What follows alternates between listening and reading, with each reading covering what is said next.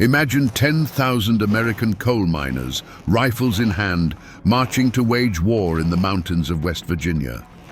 They faced a private army armed with machine guns and even airplanes that dropped makeshift bombs from the sky. This wasn't a riot. This was the largest armed uprising in United States history since the Civil War. The question that hangs in the air, thick as coal dust, is why? What could push thousands of ordinary men to the absolute breaking point to aim their guns not at a foreign enemy, but at their own countrymen? The official story is one of labor unrest. But those who lived it knew the truth. It was a war for the very soul of a man. Before the valleys echoed with the rattle of machine guns, there was a different sound. It was the rhythm of a world carved into the ancient mountains of West Virginia, a world of sharp ridges and deep shadowed hollows where the mist clung to the creeks like a shroud. These mountains were a paradox. They were breathtakingly beautiful, a fortress of nature that had long sheltered a proud and independent people. But deep within their rock, they held a treasure that had become a curse: coal. And for the men who mined that coal, the mountains were no longer a sanctuary. They were a cage. A miner's day began and ended in darkness. He would rise before the sun, his wife packing his dinner bucket, and walk to the mine mouth, a black wound in the side of the mountain. He would spend 10, sometimes 12 hours on his hands and knees in a cramped seam of earth, the weight of the whole world pressing down on him. His work was a constant gamble with death from rockfalls, gas explosions, and the slow, suffocating disease of black lung. He did this not for wealth, but for survival, to feed the family waiting for him in a flimsy house he didn't own. That house, you see, belonged to the coal company. So did the church where he prayed, the school his children attended, and the doctor who treated his injuries. Most importantly, the company owned the store.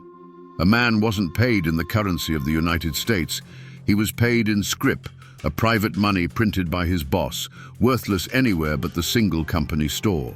Prices there were set so high that by the end of the week, his entire wage was swallowed back into the operator's pocket. It was a system of modern-day serfdom, a cradle-to-grave bondage designed to keep a man in perpetual debt. And this kingdom, built on black rock and broken backs, was ruled by force. The coal operators employed private armies of guards, most notoriously the Baldwin Felts Detective Agency. These weren't security men. They were gun thugs, mercenaries in fine suits who patrolled the coal camps with rifles cradled in their arms. They were there to enforce the company's law. Their job was to crush any whisper of dissent, to beat any man who spoke of organizing, and to evict his family from their home at a moment's notice, dumping their belongings in the muddy street. This was the calm before the storm, not a peaceful calm, but an oppressive one. It was the heavy, watchful silence of a people pushed to the very edge of their endurance. It was a silence filled with unspoken fears, quiet prayers, and a deep, simmering rage. But change was coming, carried on the wind like a distant rumble of thunder. It came in the form of a simple four-letter word, whispered in the dark of the mines and behind closed doors: union. And that one word was about to set these mountains on fire. To understand the fire in the miners' hearts, you have to dig deeper than a coal seam. You have to go back to the very bedrock of these mountains, to the men who first settled this land. They were Scots-Irish, German, and English pioneers, soldiers who had been paid for their service in the Revolutionary War with land grants. They weren't looking for riches, they were looking for freedom. They carved their homesteads out of the wilderness with an axe and a long rifle, wanting nothing more than a piece of ground to call their own, far from the reach of kings and landlords. Their deed was written in sweat and blood, and their law was self-reliance. But then, the outside world discovered the treasure hidden beneath their feet. The railroad snaked its way up the river valleys, and with it came a new kind of king, industrialists and financiers from New York and Philadelphia. They saw the mountains not as a home, but as a vault to be plundered. They came with smooth words and complex legal documents, buying up mineral rights for pennies on the dollar from folks who could barely read or write. It was the greatest swindle in Appalachian history. The descendants of the pioneers who owned the surface of the land suddenly found themselves trespassers on the wealth that lay beneath it. This land already bore the scars of old divisions. West Virginia itself was born from the Civil War, a state torn from a state because its people refused to follow the Confederacy. That conflict had pitted neighbor against neighbor, brother against brother. It had burned into the mountain psyche a deep suspicion of outside authority and a hardened belief that some fights could only be settled at the end of a rifle barrel. A man's loyalty was to his kin and his hollow, not to some distant government or, God forbid, some company from out of state. And so, the stage was set for a new war, a clash not between North and South, but between two irreconcilable worlds. On one side was the mountaineer, a man whose name was his bond, whose pride was rooted in his independence. On the other was the coal operator, a man who saw land as a commodity and people as an expense on a ledger. This wasn't just a fight over wages, it was a fight over a way of life.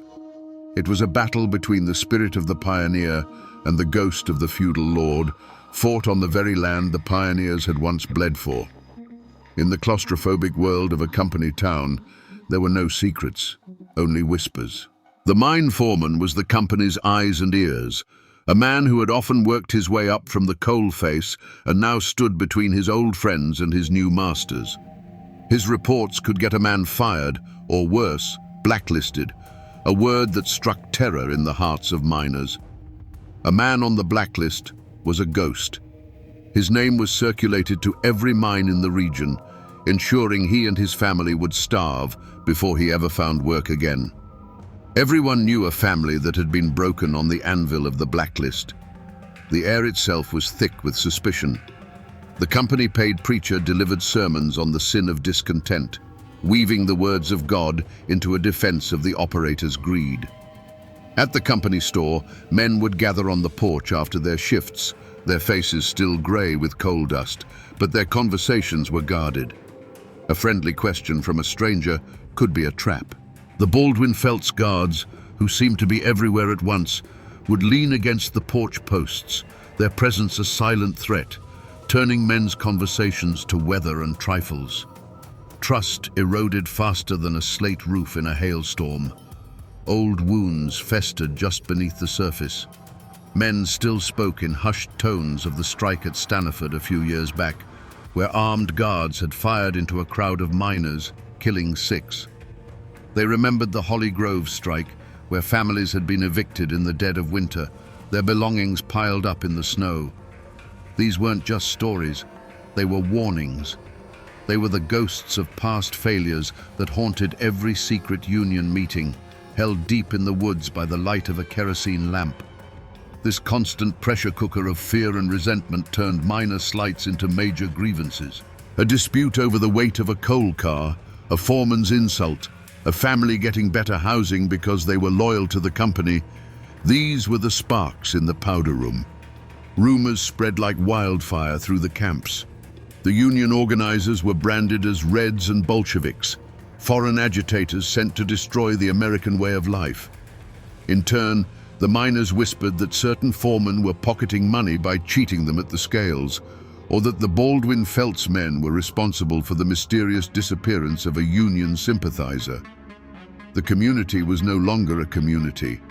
It was a fractured landscape of loyalties and hatreds. Families were divided, old friendships soured. Every man had to choose a side, even if that choice was silence. But in the West Virginia coalfields, silence was a luxury no one could afford for long. The ground was saturated with gasoline, and everyone was just waiting for the match to fall. That year, the mountains themselves seemed to hold their breath. The summer was long and brutally hot, the air so thick with coal dust and humidity it felt like you were breathing wool. The creeks ran low and warm. Old-timers, sitting on their porches, noted that the birds had gone quiet in the woods, a silence that felt heavy and unnatural. On moonless nights, a panther would scream from the high ridges, a sound that folk tradition said was a sure omen of death. It was a cry that slid under a man's door and coiled in the pit of his stomach. A feeling was growing in the hollows, a sense that the fragile peace was rotting from within. Then, the human omen arrived. He wasn't a railroad man or a lawyer in a fancy suit. He was a union organizer, a man who came not with a bang, but like a shadow slipping between the company houses after dark. He didn't speak on street corners. He spoke in hushed, urgent tones around kitchen tables to men whose faces were grim in the lamplight. He spoke of dignity, of fairness, of a brotherhood of miners standing together. His words were more dangerous than dynamite because they planted a seed of hope in ground that had long been barren. His presence was an immediate challenge. The Baldwin Felts guards, who had always been a threat, now walked with their hands resting on their pistols, their eyes sweeping over the miners with open contempt. The unspoken tension in the camps became a living thing, a coiled snake ready to strike. A miner's wife didn't need to hear the panther's cry to know what was coming. She saw it in her husband's eyes when he came home from a secret meeting deep in the woods. The exhaustion was still there, etched into his face, but something else had replaced the old resignation. It was a hard, cold resolve, a look that told her he had crossed a line in his own heart. She watched him one evening, cleaning his old hunting rifle with a slow, deliberate care he hadn't shown in years. He wasn't getting ready for deer season.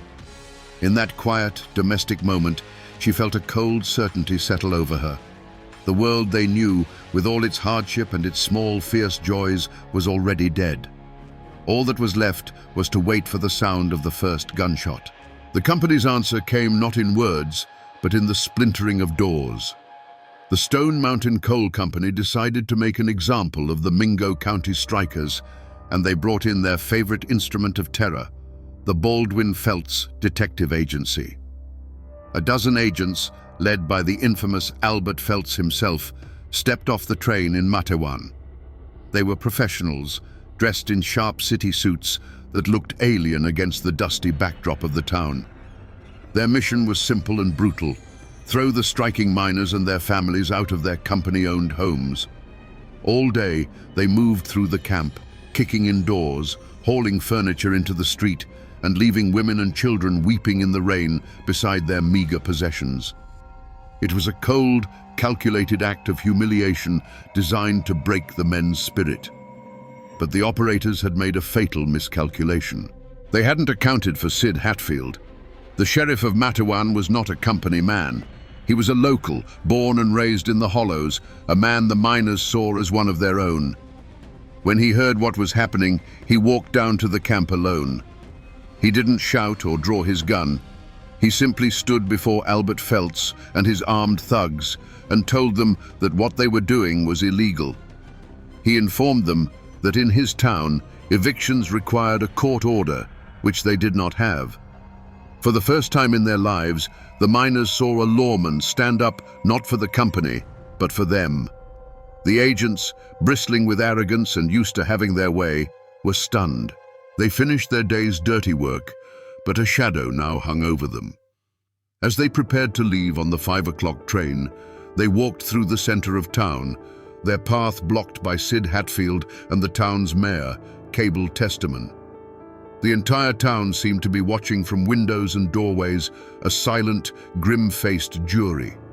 Felts, enraged at being challenged by a hillbilly sheriff, made a fatal error.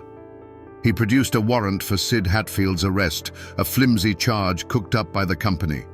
It was a blatant power play, an attempt to publicly humiliate and remove the one man who stood in their way. Sid Hatfield just looked at the warrant, then looked into Albert Felts's eyes. He didn't see a lawman. He saw a hired gun trying to impose a foreign tyranny on his home. The mayor declared the warrant was fraudulent. The air grew thick and heavy. Decades of resentment. The memory of every beaten miner, every cheated paycheck, every starving child. It all came to a head in that single supercharged moment on a dusty street in Matewan. The time for talking was over. The insults had been traded, the lines had been drawn. This was the point of no return. It was no longer a dispute over wages or a conflict between a company and its workers. It had become a raw, personal battle between two kinds of law: the cold, corporate law of the gun thug and the fierce, protective law of the mountains. And in the mountains, when a man's honor and his home are threatened, there is only one way to settle the matter. Hands slowly, deliberately, moved towards pistols holstered under coats. The first drops of blood were about to be spilled. No one agrees on who fired first. Maybe it was a nervous agent, maybe a defiant miner hidden in a doorway. In the end, it doesn't matter. A single sharp crack of a pistol shattered the afternoon stillness, and in that instant, the street in Matewan, West Virginia, became a slaughterhouse. That first shot was not an answer, it was a question, and the answer was a deafening, rolling thunder of gunfire from all sides. It wasn't a duel, it was an ambush, a spontaneous volcanic eruption of hate. For the townsfolk peering through their windows, the scene dissolved into a nightmare of smoke and noise. They saw the flash of muzzles, the blur of men dropping behind barrels and ducking into doorways.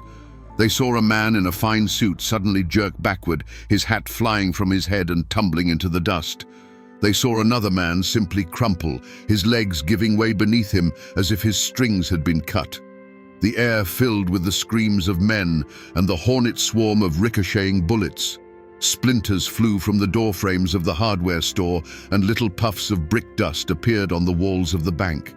The chaos lasted less than a minute, but it stretched into an eternity. It was a whirlwind of motion and death, a storm of lead that seemed to come from everywhere and nowhere at once. The air grew thick and heavy with the acrid smell of burnt gunpowder, a fog that momentarily obscured the awful tableau on the ground. Then, as suddenly as it began, it was over. The last shot echoed off the buildings and faded, leaving a silence that was more shocking than the noise it replaced. It was a dead, ringing silence, broken only by the low moan of a wounded man. Slowly, the gunsmoke began to clear, revealing the terrible price of that single minute. 10 men lay dead or dying on the ground. Among them was the town's mayor, Cable Testament, cut down in the first volley. And scattered around him, like fallen chess pieces, were the bodies of 7 Baldwin Felts agents. The invincible gun thugs, the company's private army, had been utterly decimated. Albert Felts, the man who had come to break Matewan, lay dead. His brother Lee lay dead beside him. And from the center of that swirling smoke, one man emerged, seemingly untouched by the hailstorm of bullets. It was Sheriff Sid Hatfield. He stood steady, the pistol still warm in his hand, looking out at the carnage he had unleashed. In the eyes of the miners, he was no longer just a lawman. He was an avenger. He was the man who had faced down the devil and won. It's easy to paint the Baldwin Felts men as monsters, as pure evil stepping off a train. But to truly understand the terror they represented, you have to climb inside their heads for a moment. In his own mind, Albert Felts was not a villain. He was a surgeon, and the Union was a cancer growing in the body of American industry. He saw the miners not as men, but as a problem to be solved. They were ignorant, ungrateful children at best, or dangerous foreign Bolsheviks at worst, incapable of understanding what was good for them. He saw himself as the hand of order, a necessary force protecting property and progress from chaos. The violence he dealt was, in his twisted logic, a form of medicine, harsh but essential for the health of the system. The transformation from professional enforcer to killer happened in the space of a heartbeat on that Matewan street. When Sid Hatfield, a local sheriff with mud on his boots, stood up to him, it wasn't just a legal challenge, it was a profound insult to Felts's entire world. His authority, his reputation, and the very foundation of the company's power were being defied by a man he considered his inferior. In that moment, Hatfield ceased to be a lawman in Felts's eyes. He became a symbol of the rebellion, the head of the snake that had to be cut off. The decision to draw a gun wasn't born from a sudden rage, but from a cold, calculated belief that this was the only language these people understood. It was pest control. But the men who pulled the triggers were not the true architects of this tragedy. Miles away, in comfortable offices in Charleston and Philadelphia, the coal operators who had hired Phelps received the news by telegraph. For them, there was no remorse, no pang of conscience for the men who lay dead on both sides. There was only shock and a cold, burning fury. Their primary tool of intimidation, the weapon they had used for years to keep the miners in line, had been shattered. They hadn't just lost a dozen employees, they had lost control. The aftermath in their minds was not a feeling of guilt, but a simple, terrifying calculation. The miners had fought back, and they had won. This could not be allowed to stand. Their response wouldn't be to seek peace, it would be to unleash hell. The beast wasn't dead, it had just been wounded, and a wounded beast is the most dangerous kind of all. The silence that fell over Matewan was heavier than any tombstone. For a long moment, the only movement was the lazy curl of gunsmoke in the still afternoon air, and the slow, dark spread of stains on the dusty street. Then, doors creaked open. Faces, pale with shock, peered out. The people of Matewan stepped cautiously from their homes and businesses, drawn to the carnage with a mixture of horror and a grim, unspoken awe. They saw their mayor lying dead, but they also saw the bodies of the Baldwin Phelps men, the hated agents who had been the face of their oppression for so long. And in that moment, fear was eclipsed by a fierce, dangerous pride. They had fought back. Sheriff Sid Hatfield didn't stand admiring his work. The adrenaline of the fight was replaced by the cold reality of his duty. He was still the law in Mingo County. He began giving orders, his voice steady, directing men to secure the weapons of the dead agents and to tend to the wounded. For the miners who had fired alongside him, the world had been turned upside down. They were no longer just striking workers. They were killers in the eyes of the state, but heroes in the eyes of their own people. They had crossed a river of blood, and they knew there was no going back. The story of the shootout didn't just spread, it exploded. The telegraph wires hummed with the news. In coal camps up and down the Tug Fork River, the tale was told and retold, growing with each telling. Sid Hatfield's name became a legend overnight, a whispered prayer of defiance. He was the lawman who couldn't be bought, the gunman who couldn't be beaten. He was their David who had slain Goliath. The massacre, intended to break the Union, had instead become its most powerful recruiting tool. Men who had been afraid to even speak the word Union now proudly pinned on the badge of the UMWA.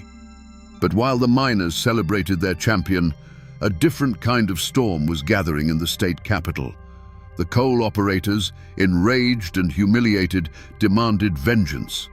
The governor declared Mingo County to be in a state of insurrection. State police were dispatched not to keep the peace, but to crush the rebellion.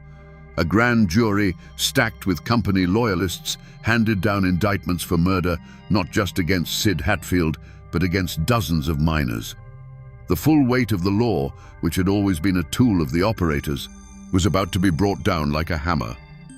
The hunt was on. The coal companies plastered the state with wanted posters, offering thousands of dollars for the capture of Sid Hatfield, dead or alive. The surviving Baldwin Phelps agents, burning with a desire for revenge, poured back into the region, their badges now giving them the legal authority to kill. The fight was no longer confined to one bloody street in Matewan. It had spilled out into the surrounding hills and hollows. The war for Mingo County had begun. The gunsmoke from Matewan settled not just on the ground, but in the hearts of the people of Mingo County, leaving a residue of fear and suspicion that poisoned everything. The county, already scarred by the conflict, split wide open, the crack running through every church, every store, and every family. The lines were drawn not in the dirt, but in glances across a room. At the company store, loyal company men and strikebreakers shopped in the morning, while union families would wait for the afternoon, the two sides refusing to even breathe the same air. In the saloons, A man's choice of whiskey was less important than the side of the room he chose to drink it on. This was a war fought with whispers as much as with bullets. The company held the power of life and death over the towns. A word from the mine foreman could get a man a better house, an easier job above ground, or it could get him blacklisted forever.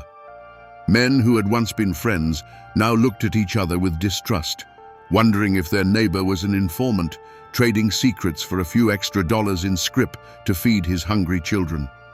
The pressure was immense, a daily test of loyalty that frayed the very fabric of the community. A suffocating conspiracy of silence descended upon the Hollows.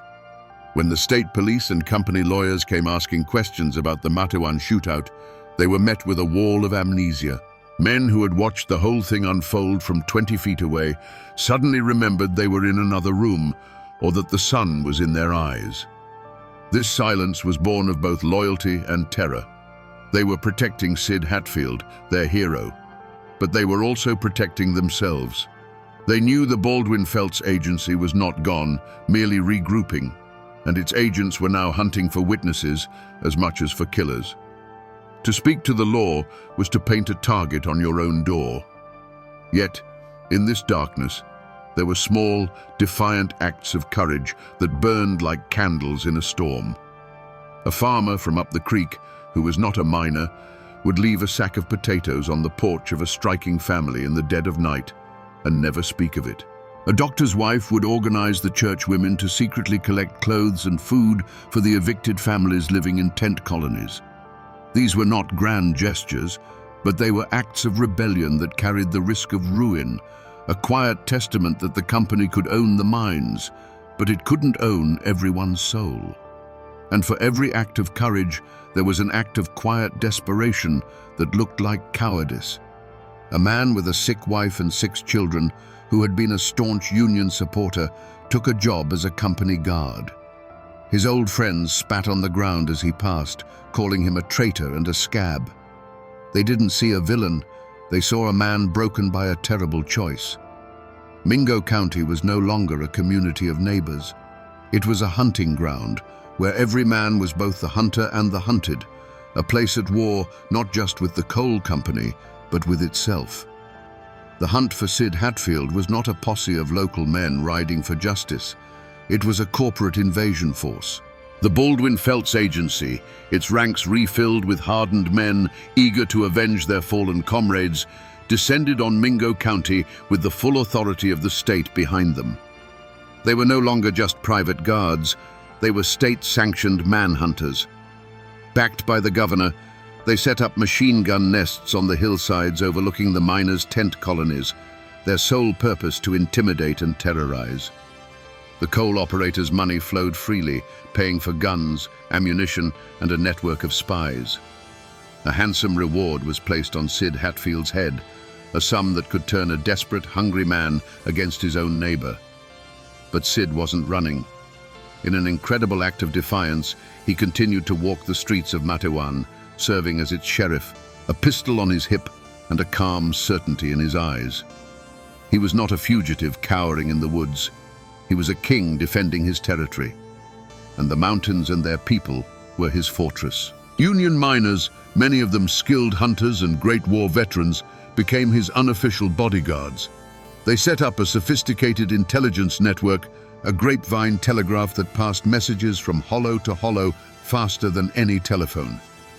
The arrival of any stranger, the movement of any state police patrol was noted and relayed to Sid within minutes. The hunt became a brutal, low-grade guerrilla war fought in the tangled wilderness. Baldwin Felts agents, used to city streets, found themselves clumsy and exposed in the dense Appalachian forest. They would march up a creek bed, only to have a single, unseen rifle crack from the ridgeline, sending them diving for cover. The mountains themselves became a weapon against them. The miners, who had known these woods since they were boys, moved like ghosts through the trees, striking and melting away, leaving the agents frustrated, paranoid, and increasingly vicious. The hunters had become the hunted. It became chillingly clear to the coal operators that they could not capture or kill Sid Hatfield in Mingo County. He was too well protected, too loved, and too at home in the terrain. As long as he was there, he was untouchable.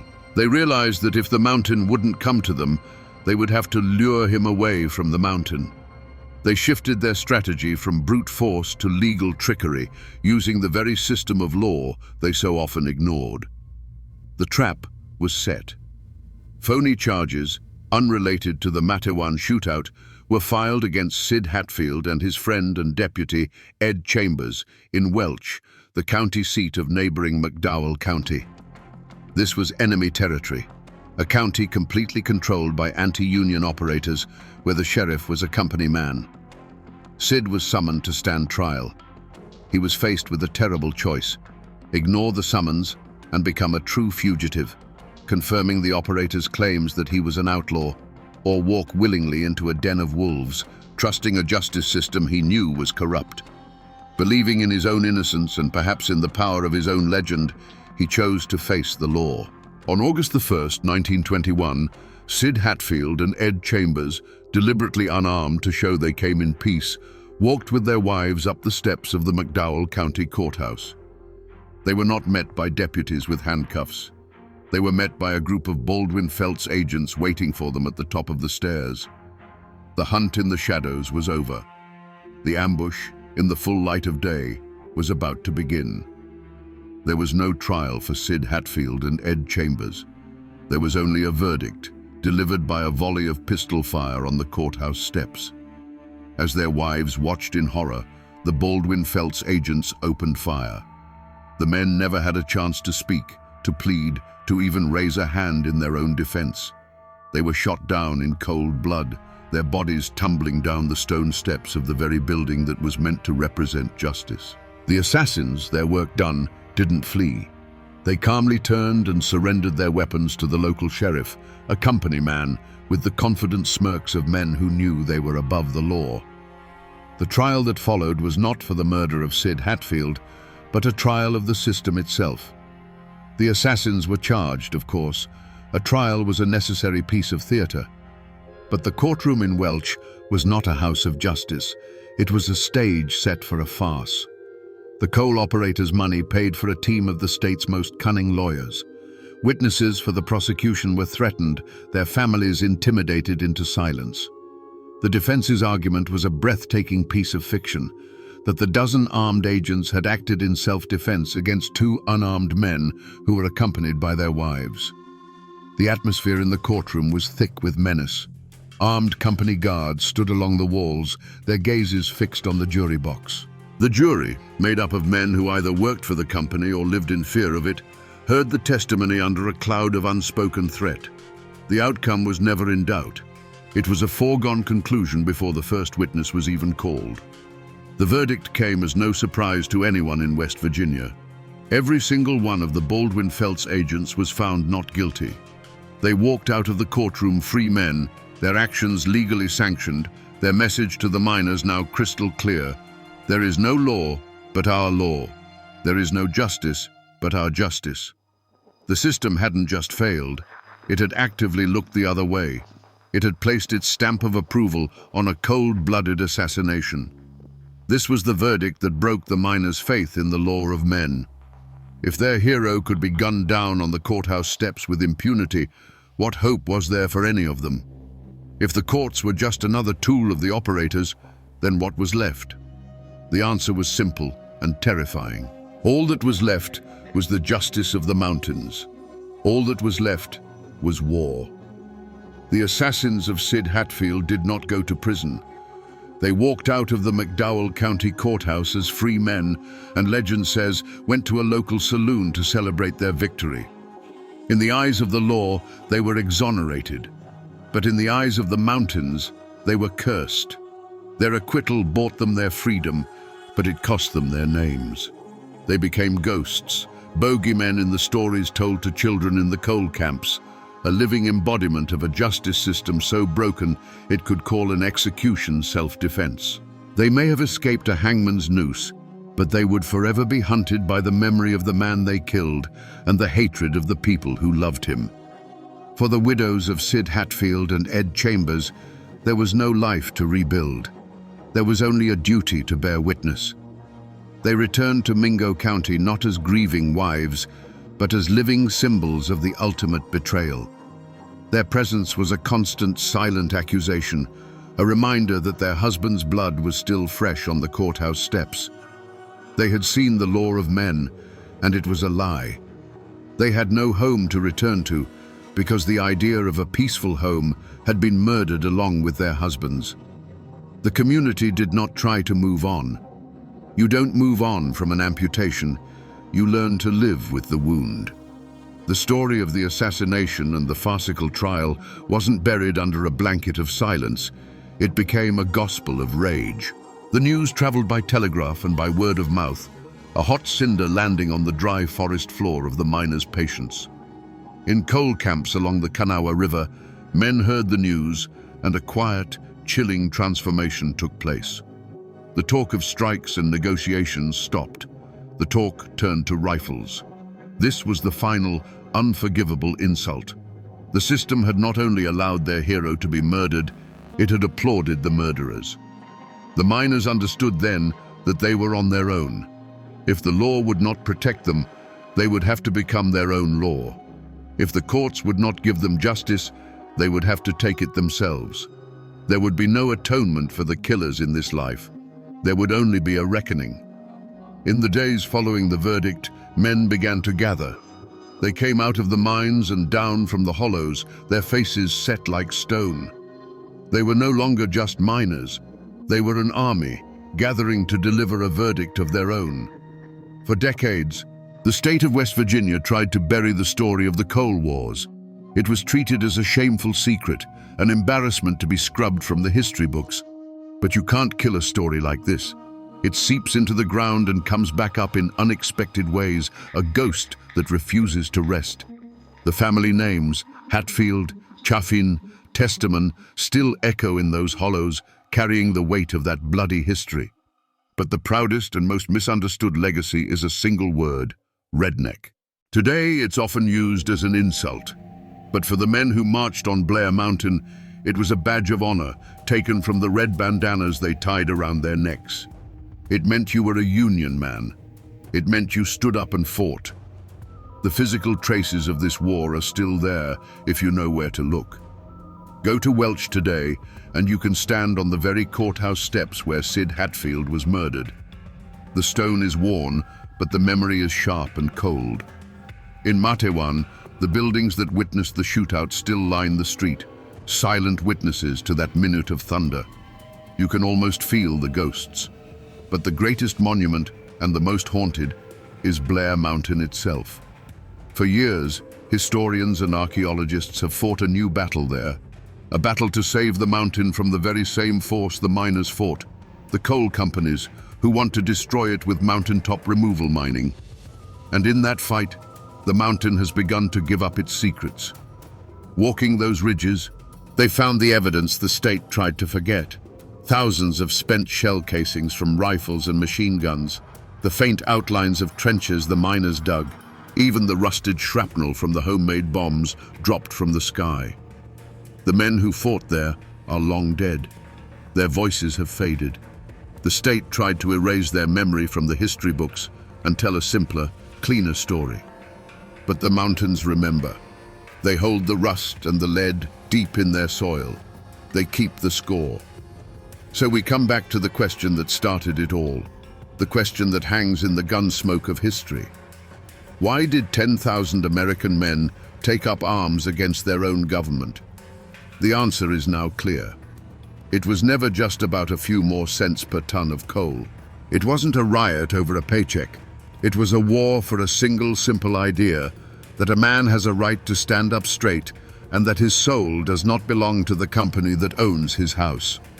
They marched on Blair Mountain because every other avenue of justice had been slammed shut in their faces. The ballot box was stuffed. The courts were bought. The lawmen were assassins. When the system itself becomes the weapon of the oppressor, the last and most terrible resort is the rifle. This is a story of brutality, of corporate greed so profound it saw human beings as nothing more than an expendable resource. But to leave it there would be a disservice to the men who fought and died. This is also a story of incredible courage, of the unbreakable Appalachian spirit. It's a testament to the fact that you can push a man, you can cheat him, you can beat him, but there is a line that you cannot cross. The miners lost the Battle of Blair Mountain, but their fight lit a fire that could not be extinguished.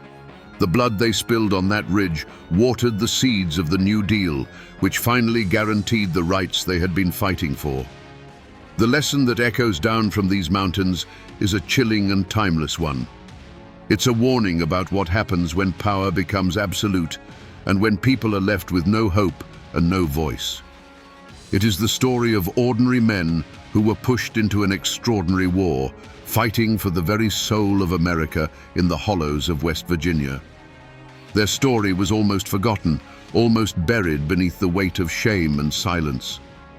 But the mountains remembered. And now, my friends, you know the rest of the story.